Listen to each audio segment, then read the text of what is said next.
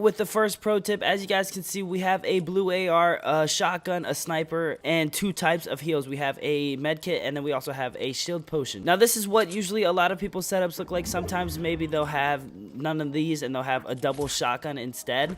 But for this case right here, I did not find a pump shotgun here, so this is exactly what I'm rocking. This is what I normally would rock. Now, a lot of people like to separate their inventory with like categories. Like basically, everyone's gonna have their AR usually in the first slot. A lot of people end up doing this. So they keep their AR in the first slot, and then their shotgun in the second slot, and then their sniper in the third slot or fourth slot, because they keep all their weapons right next to each other, so that way when they're switching, they have their weapons right here ready to go. Now, sometimes it sucks. Like for instance, say we do want to rock a double pump. Let's pretend this is a pump shotgun, and we have basically our AR, we have our 2 shotguns, and then we have our sniper rifle and our shields. Now, what sucks about this setup, having your weapons organized by like, these are all weapons, so we're gonna have the weapons first and then the shields next. Some people make this mistake, but a pro tip is to put the sniper at the very end, no matter what it is. Even if this is shield pops or grenades or anything like that, whatever this slot is right here, it doesn't matter what it is.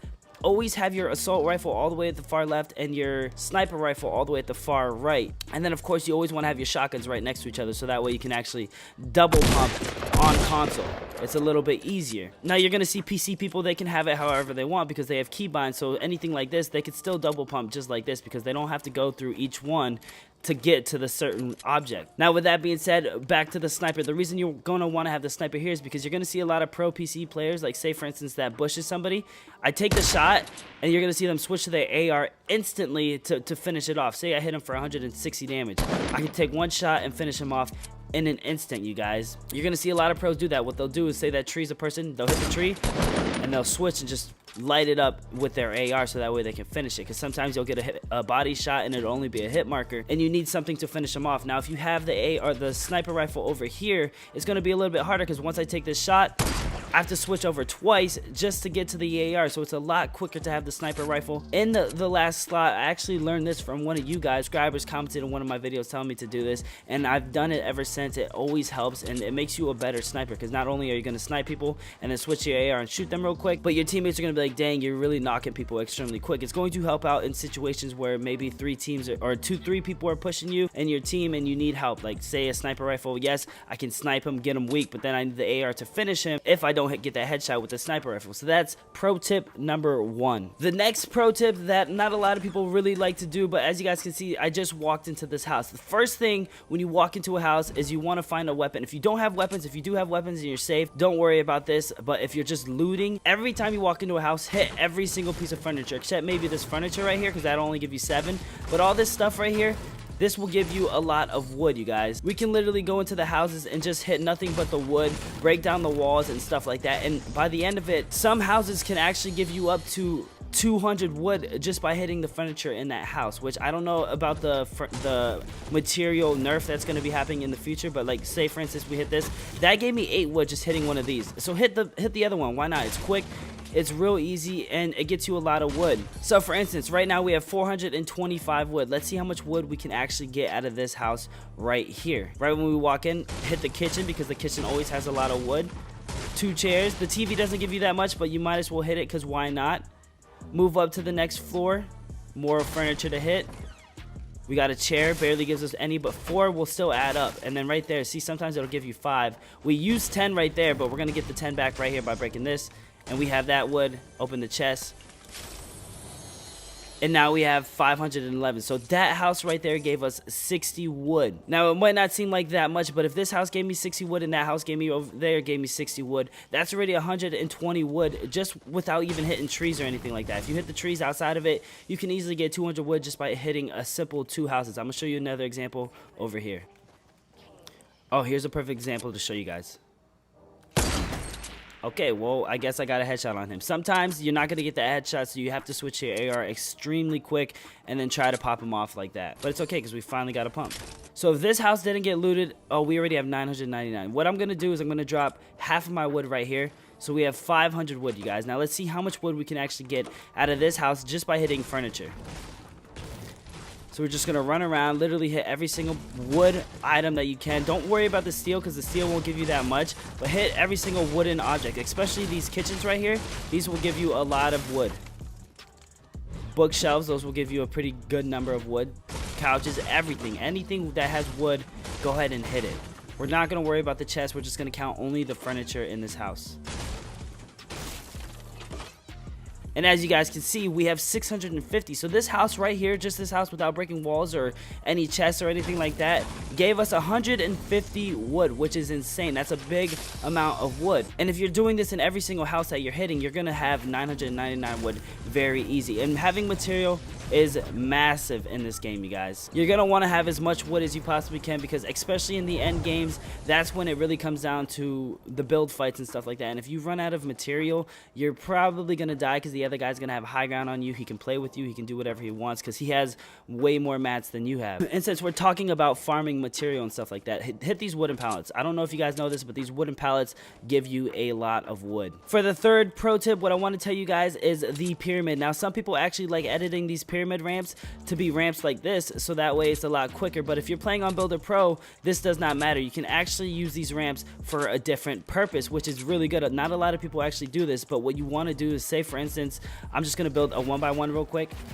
I'm just going to go up as high as I can.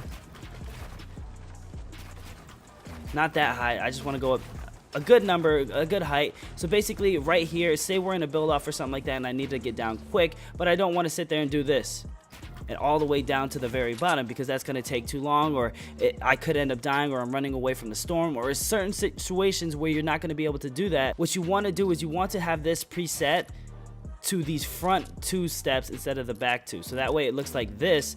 So that way anytime you open up your mats and you go to your pyramids, you have down ramps ready to run down the hill, and then you can switch it back to this, switch it back to a down ramp, and it's that easy. Not a lot of console players actually do this, but it does help out a lot. Having this set to an automatic down ramp will always help you out in situations, especially in the final match when you're having a build off or something like that and you need to get down quick. Because say you guys have a build off in the storm, you end up winning, but you need to get down quick and you have like no launch pads or bounce pads or anything like that. What you want to do is you want to go ahead and set up your down ramps like this. That way you can easily get down and then jump and let the other ramp catch you. Not a lot of people know about that, or actually a lot of people do, but they just don't take the time to do it. And honestly, it does help out. It can improve your gameplay a lot. It's a pro tip for console players if you guys do want to become really good on console, because we...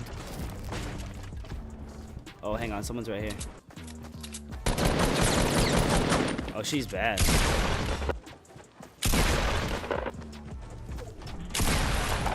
We're gonna rock the double pump. And so say like a situation like this where it's gonna be hard for me to jump down because I'm too high up or anything like that. Like I won't catch anything down here, so I'll just fall to my death. Say we're extremely high up. All you have to do is put this wall up here and just go to your down ramps and just take your way down, all the way down. That easy. You don't have to sit there and edit or anything like that. It's quick and easy and ready to go. And that's part of Fortnite. You want to be able to have everything quick, because even the milliseconds, they do matter in this game, because that millisecond can change from you putting up a wall and them jumping through it, or them actually getting stuck on the other side. Okay, there's people over here fighting.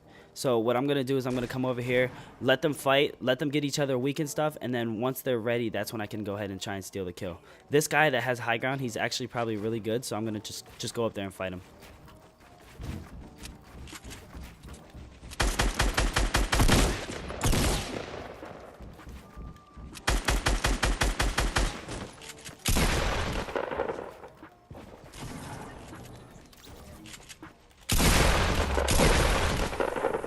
You let them fight it out, let them kill each other, and then you go ahead and do it. But you want to remain high ground whenever you're doing stuff like that. That's not one of the pro tips that I want to tell you. It's one of the tips that I do give on this channel, but it's not the pro tip. Now we're coming down to a situation where it's a 1v1. And I get a lot of comments of people saying that this is where they choke, this is where it gets hard and stuff like that. So I'm going to show you guys the best tips and tricks on how to try to win the 1v1 and stuff like that. So basically, I have no clue where this guy is. So what I'm going to do is I'm going to put a launch pad down. Because I have 2, oh crap, I'm gonna go find him. My goal, my objective is to find him, find out where this guy is. He could be, and I just heard him place a trap, so he's right here. Look at him. I can go for headshot, body shot, switch to your AR, and just light him up. And that's how you're supposed to do it. That's how these pros are doing it on console. That's why they're just getting a lot of kills, because they switch. I could have easily got a headshot, but I wasn't focused on that. I was focused on showing you guys exactly how the technique works. But those are the best pro tips that I can give you guys when it comes to solos that not a lot of people give their fans and stuff like that, their viewers. just because they don't think that it's necessary. But these little things do matter, so I want you guys to go out, play the game, and actually put down these perspectives, actually do these tips right here, and let me know down in the comments how it helps you. Does it make you a little bit better? Does it help out? And just, of course, a little bit better is all you need. If you just get a little bit better every day, soon that little bit is going to turn into a massive amount of skill, and you're going to be better than your friends and stuff like that, and you're going to be able to show off, and they're going to be like, dang, that's smart. Like, it's all about being smart at the game. But with that being said, guys, I appreciate you guys so much. If you guys can, please kill this video with a thumbs up. If you guys can break 1,000 likes on these tips and tricks videos, I'll bring you guys another one. So you guys basically hit 1,000, like 200 likes on the last building tips and trick video, so I'm going to go ahead, tomorrow's video, we're going to do a building tips and tricks for you guys. And whenever you guys kill 1,000 likes on this video, we'll go ahead and do a part 2 of pro tips for you guys on the channel. But thank you guys so much, and I'll see you guys in the next video.